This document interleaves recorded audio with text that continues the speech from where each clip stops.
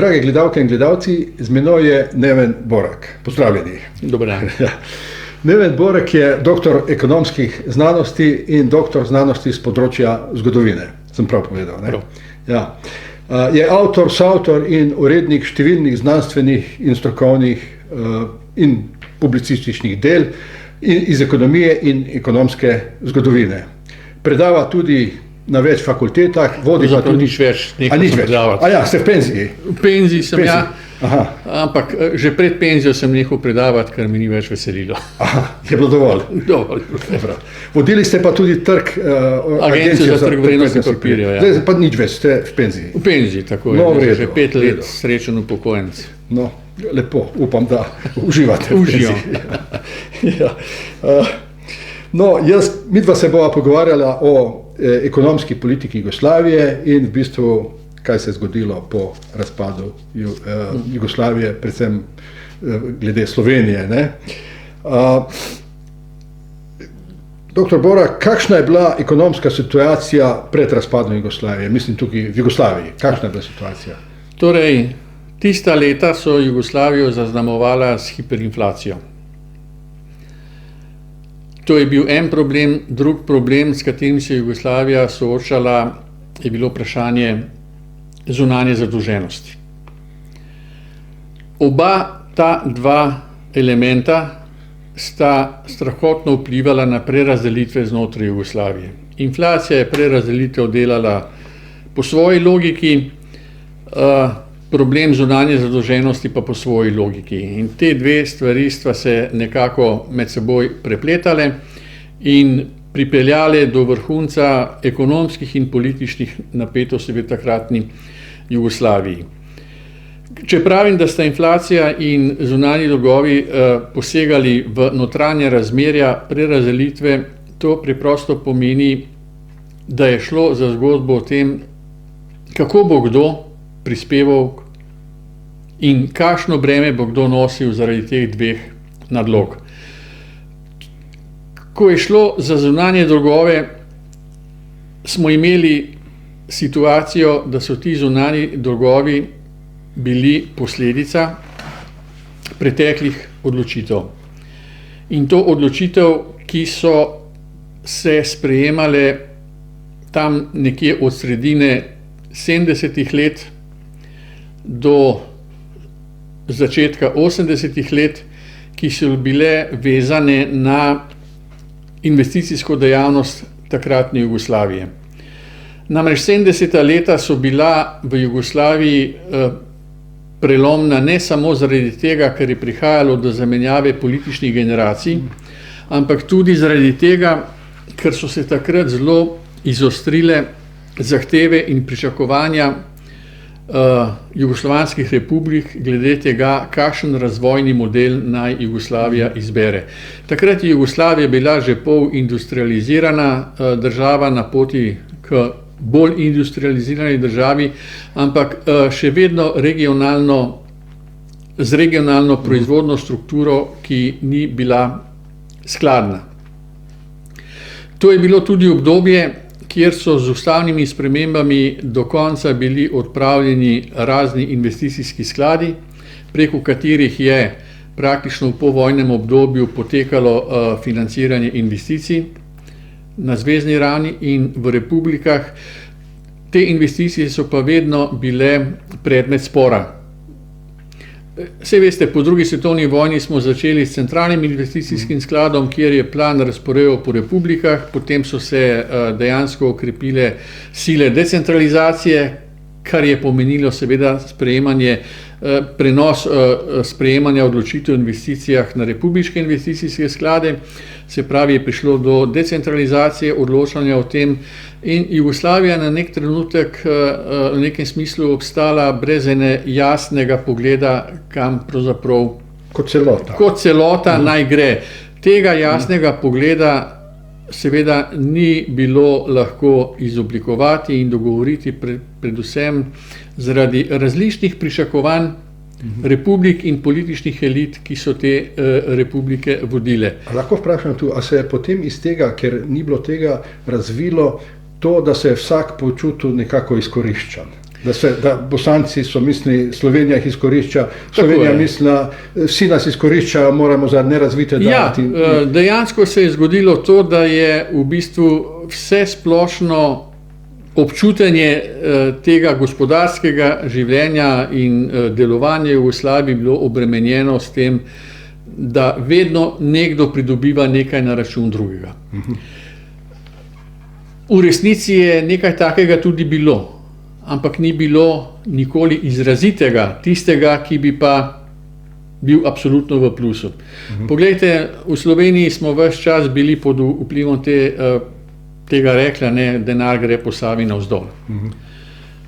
Ampak denar, ki je šel po Savi navzdol, se tudi vračal v Slovenijo. Denar, ki je iz Slovenije šel za manj razvite, se tudi vračal nazaj v Slovenijo. Denar, ki je iz Slovenije šel za jugoslovansko ljudsko armado, se tudi vračal nazaj v Slovenijo. Skratka, Jugoslavija je imela dejansko težavo z oblikovanjem enotnega gospodarskega prostora,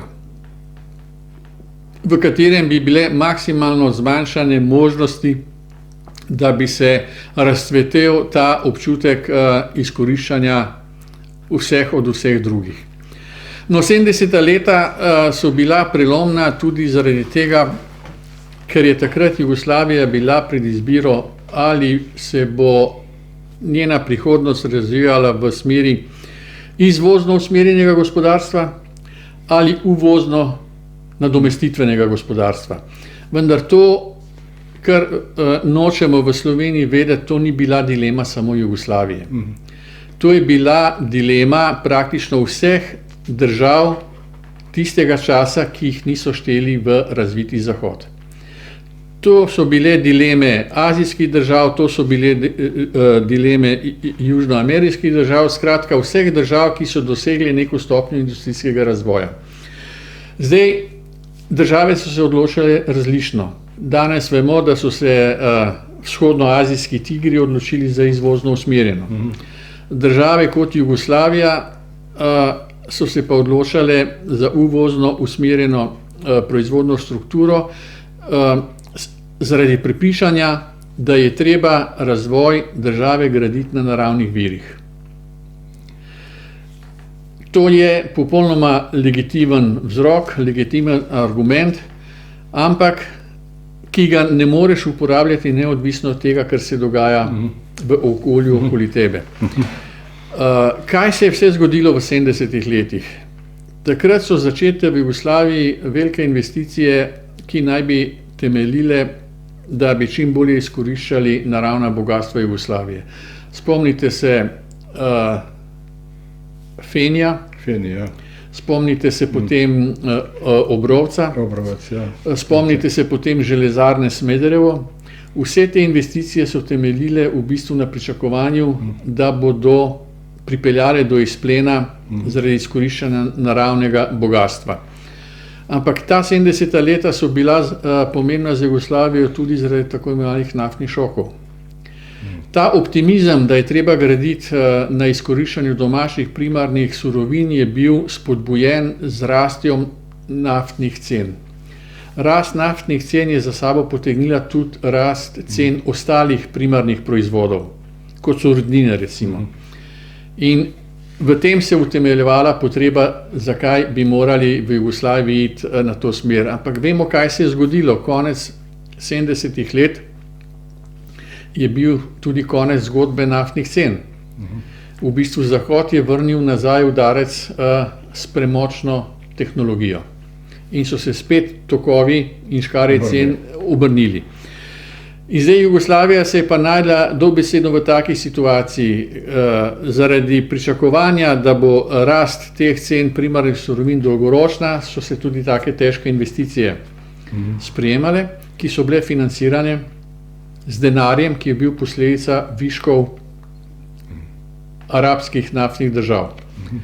Petrodolari. Petrodolari, ki so jih zahodne banke, kjer so se nabirali, reciklirali, tako da so ponujali ugodna posojila državam kot Jugoslavija. Seveda ta ugodna posojila so bila od začetka res ugodna, ampak so imela eno zelo slabo klauzulo za najemnike, imeli so fleksibilno obrestno mero. In ko so se razmere na ameriškem trgu oziroma v ameriškem gospodarstvu spremenile, takrat je v ameriškem gospodarstvu bil val velikih prevzemov, ki so bile financirane s tako imenovanimi ničvrednimi obveznicami ali junk bonds. Posledica teh junk bonds je bila ta, da ko so se pokazali ti prevzemi neučinkoviti, je obrestna mera šla gor. Ker smo mi imeli klauzulo v posojilih, da obrestna mera sledi obrestni meri, ki prevladuje na ameriškem trgu, so se nenadoma v bistvu podražila posojila. Istočasno so padle cene primarnih surovin, kar je pomenilo, da izplen od investicij, s katerimi smo gradili tovarne, ki naj bi na tem temeljile, je bil manjši. Spravi, niso ustvarjali zadosti dinarjev, da bi sploh lahko dolgove odplačevali. Tako da se poleg tega, da je pomanjkalo deviz, pojavil še hujši problem, da ni bilo tudi dinarjev, s katerimi bi bilo mogoče dolgove oziroma kupovati devize in na ta način servisirati javni dolg. In ta posledica servisiranja javnega dolga je zaznamovala celo zadnje desetletje pred razpadom Jugoslavije.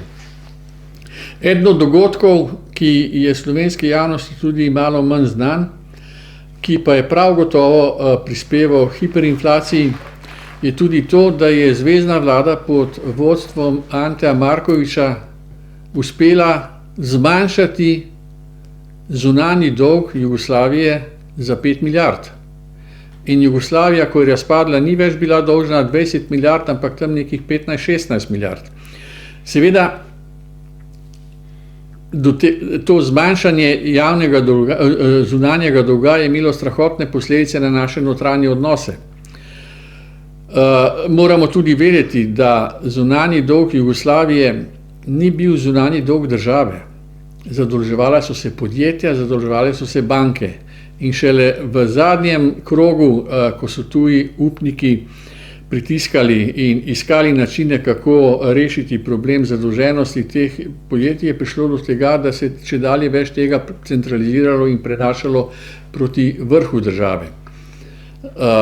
Istočasno so pogledi na to, kakšno makroekonomsko politiko ali protiinflacijsko politiko voditi v Jugoslaviji, strahotno razlikovali med Slovenijo, Hrvaško in zlasti Srbijo.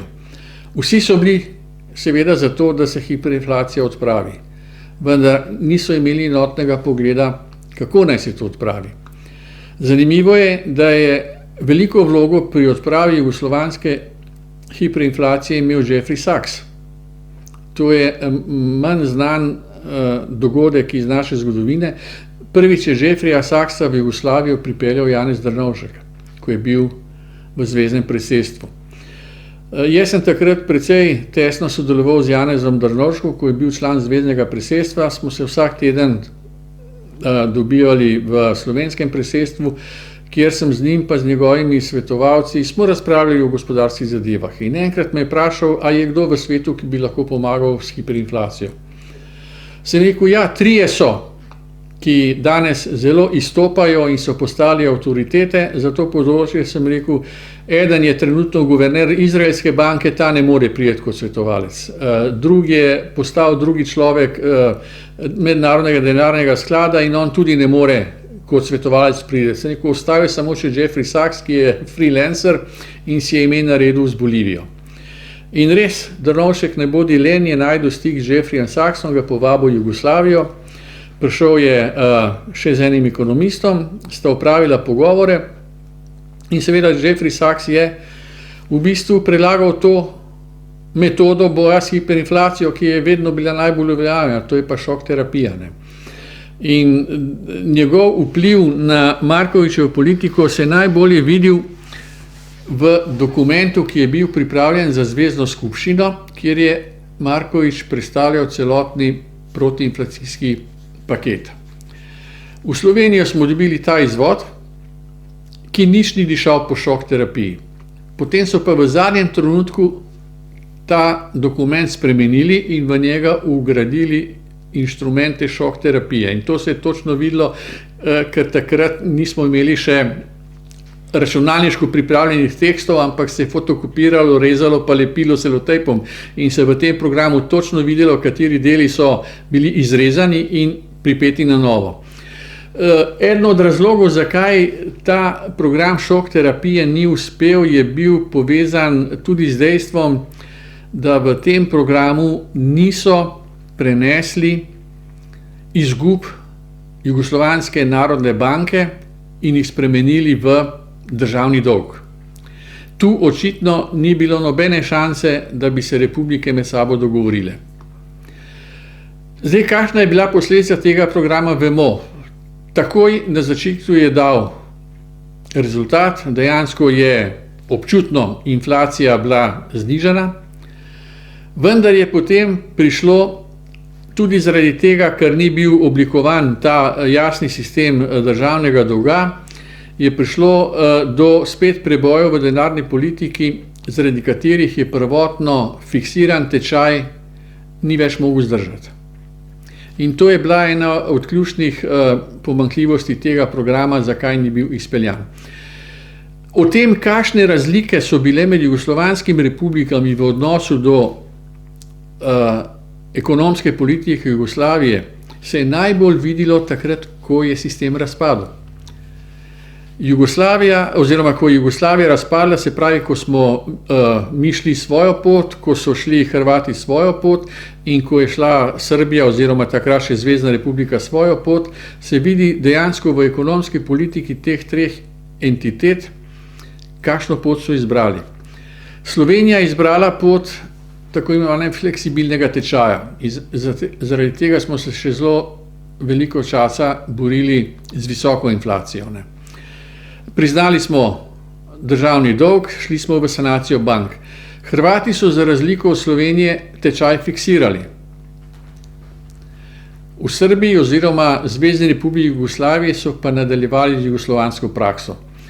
In to je seveda najboljši dokaz, v bistvu, kakšna nasprotja so bila med temi republikami glede gospodarskih vprašanj v času enotne Jugoslavije in najboljši dokaz tega, kaj bi se zgodilo, če bi ena od teh treh prevladala, če bi Jugoslavija obstala. Skratka, šli smo dejansko po treh popolnoma različnih poteh. Ali bi zato lahko rekli, da se najprej zgodil ta ekonomski razpad Jugoslavije, na to pa politični? Ne, veste kaj, prepletalo se. To je bilo dejansko tako med sabo prepleteno, da je težko dati enemu prednost.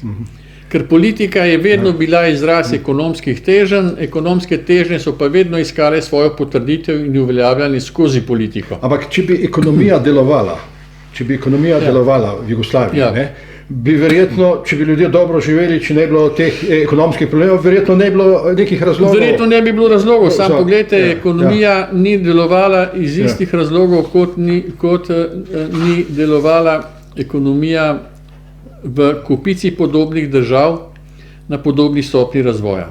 Tudi če so bile enovite zadeve. Vzemimo za primer Južno Ameriko. Tam so države po vrsti padale na vprašanju dolga. Argentina je pa sploh rekorder bila že celo stoletje glede tega. Pa je bila enovita država, en narod, ena vera. Nisi si mogel lepšega primera države, ki bi lahko bila enotna glede tega vprašanja zamisliti. Ker pomeni, da tudi znotraj teh enotnih in enonacionalnih držav seveda obstajajo napetosti med socialnimi skupinami. Morda še en detalj, ker pred kratkim smo v Beogradu na Ekonomskem inštitutu intervjuali Božo Repega, intervjuval Marko Milkovića. On je na temo ekonomske politike Jugoslavije, on je med vrsticami se je dalo razumeti, da je v bistvu Jugoslavija začela razpadati na energetskem področju, glede te strategije, kako na energetskem področju. Kaj menite? Zdaj, energetskega področja tako podrobno ne poznam, samo mi smo v tistem času jedrsko elektrarno zgradili. Poleg tega je ena od stalnih tez srbske politike in mnogih srbskih ekonomistov bila ta, da razviti del Jugoslavije, to je pa letelo predvsem na Slovenijo pa na Hrvaško, v bistvu izkorišča ta energetski potencial, ki ga zagotavlja Srbija. In skozi delovanje srbskih ekonomistov in srbske politike je vedno bilo prisotno to dejstvo, da zaradi strukture proizvodnje, kot je imajo, so nekakšen plen predelovalne industrije, ki pa je bila večinoma locirana na Hrvaškem in v Sloveniji. Oni so imeli težko industrijo, oni so imeli te energetske vire, trdili so, da je pravzaprav vpliv jugoslovanske ekonomske politike tiščal cene energije navzdol, s tem ustvarjal škodo proizvajalcem in seveda ustvarjal korist uporabnikom te električne energije, ki pa je vezana na predelovalno industrijo Slovenije pa Hrvaške. No, to so taki dogodki, kjer je težko dejansko čisto bilanco narediti. No, ampak v času osamosvajanja smo poslušali, da bo Slovenija postala druga Švica. Poslušali smo, kako sem v bistvu cedil mleko. To so bile blodnje. Ampak danes nas pa kupujejo Hrvati, naše firme, kupujejo Srbi, da ne govorimo o Mađarih. Kaj je nastalo iz Slovenije? Poglejte, bančni sistem je praktično v tujih rokah. Po 2 sanacijah bančnega sistema je bančni sistem končal v tujih rokah. Tuj kapital prodira v Slovenijo, ampak to je preprosto posledica dejstva, da smo člani nekega območja. Po drugi strani je pa to posledica tudi dejstva, da smo z osamosvojitvijo tako pri nas kot na Hrvaškem uničili sisteme varčevanja in akumulacije kapitala. Kajti jugoslovanska ureditev tako imenovane dogovorne ekonomije in samoupravnega sporazumevanja je bila v bistvu ena oblika državnega organiziranja varčevanja, potrebnega za vlaganje v izgradnjo tovarn, česarkoli. Slovenska linija je vedno šla v to, da je to treba prepustiti bankam. Hrvaška tudi. No, po osamosvojitvi smo to doživeli in zdaj ugotavljamo, da banke zadnja leta sploh ne financirajo gospodarstva v potrebnem obsegu, da so bolj cokla kot spodbujevalec razvoja. Ampak to pa spet pomeni, da je tudi v naši intelektualni upravljalski strukturi nastal en vakuum, ki sploh ne dojema, kako je treba državo organizirati, da se vsi njeni potencijali uporabijo. Za zgled bom povedal tako, vojna Ukrajina-Rusija. Vsi napadajo Rusijo, ker je organizirala vojno gospodarstvo. Nihče se pa ne vpraša, zakaj ga pa Ukrajina ni uspela.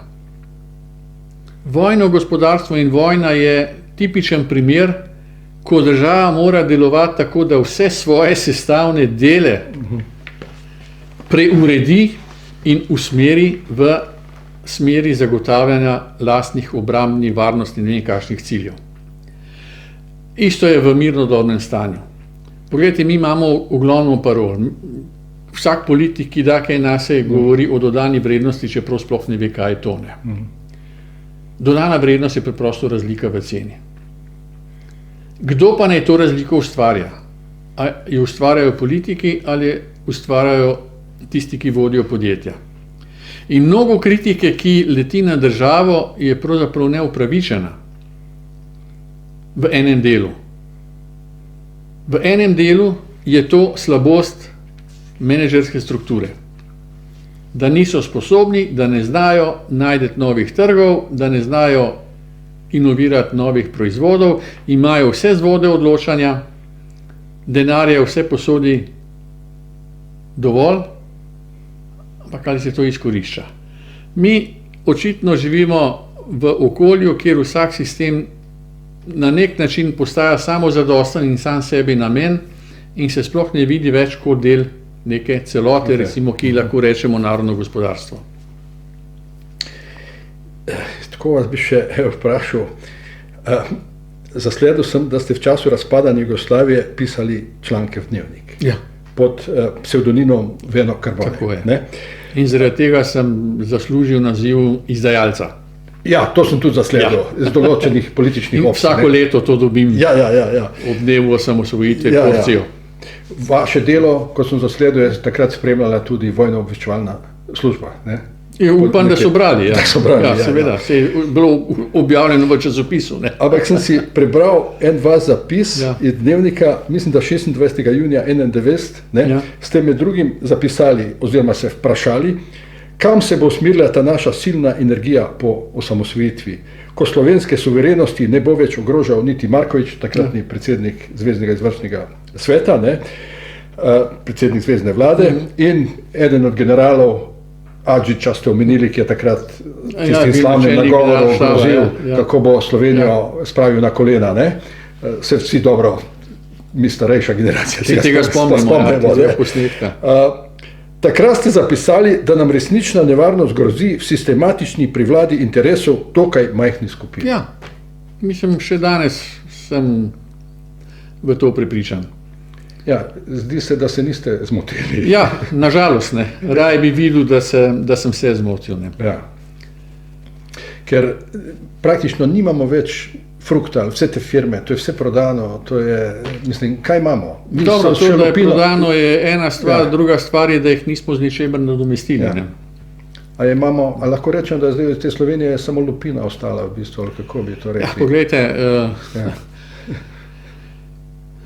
moram reči, da se zadnje čase ne ukvarjam več toliko z ekonomskimi vprašanji, ker sem se tega malo naveličal. Namreč ukvarjanje s temi ekonomskimi vprašanji danes je to, da se vedno gleda samo v enem ozkem izseku časa, da se pozablja, da nekaj je bilo prej, da so ene odločitve današnje posledica preteklih, včerajšnjih ali pred 10 leti, pa to dejstvo, da je družba res po moji sodbi tako stratificirana, da jo je težko zdaj spravljati na en enotni imenovalec.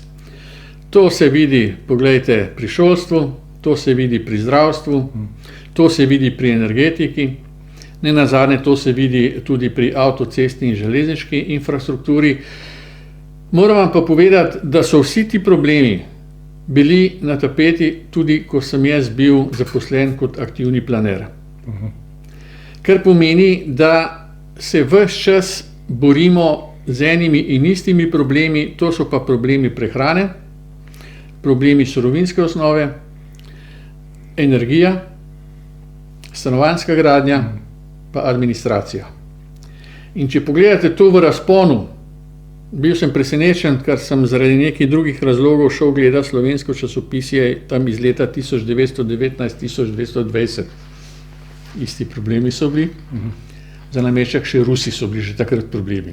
In praktično vsakih 20-30 let nenadoma vidiš, da v ospredje izbruhnejo isti problemi z istimi dejavniki in potem se samo vprašaš, pa dobro, kaj je v socialnem tkivu te družbe, da ne zna vseh teh niti povezati, pa narediti en smiselen.